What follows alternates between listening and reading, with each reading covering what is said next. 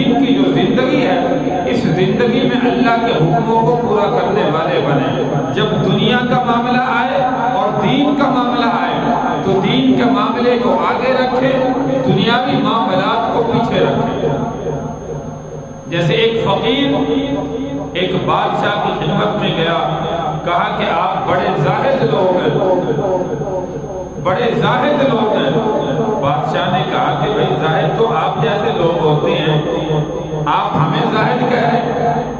زاہد تو آپ جیسے لوگ ہیں۔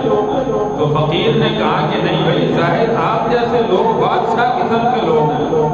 فرمایا مجھے آپ کا جملہ سمجھ نہیں آیا، مجھے آپ نے زاہد کیسے کہا؟ میں تو بادشاہ ہوں، دنیا دار بندہ ہوں، آپ اللہ والے ہیں، فقیر آدمی ہیں، مال سے جو ہے وہ کوئی غرض نہیں ہے، تو زاہد تو آپ کو ہونا چاہیے، آپ مجھے زاہد کہہ رہے ہیں۔